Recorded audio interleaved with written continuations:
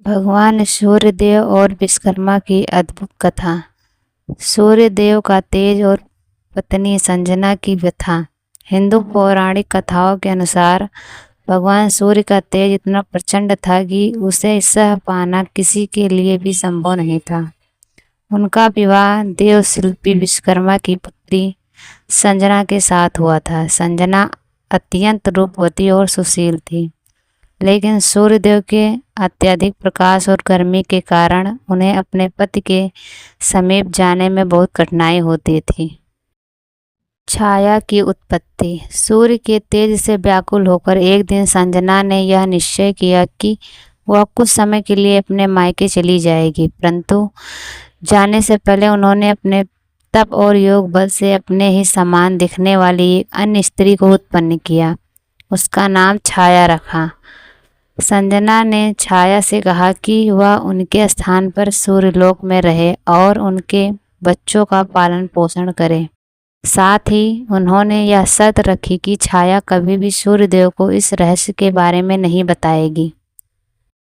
छाया संजना के रूप में सूर्यलोक में रहने लगी और कुछ समय बाद इसके और सूर्यदेव के यहाँ कुछ संतानों का जन्म हुआ, लेकिन छाया का अपने पूर्व के पुत्रों के प्रति व्यवहार कुछ अलग होने लगा। एक दिन जब यमराज को इस भेदभाव और संदेह हुआ तो उन्होंने क्रोध में आकर छाया पर अपना पैर उठा दिया। यह देखकर छाया ने यमराज को श्राप दे दिया।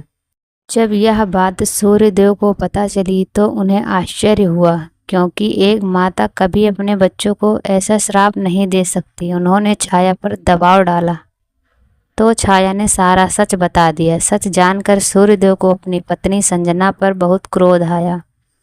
वे गुस्से में सीधे विश्वकर्मा के लोग पहुँचे। विश्वकर्मा ने सूर्यदेव को शांत कराया और उनकी समस्या को समझते हुए एक उपाय निकाला। उन्होंने कहा, आप सृष्टि के पालनहार हैं।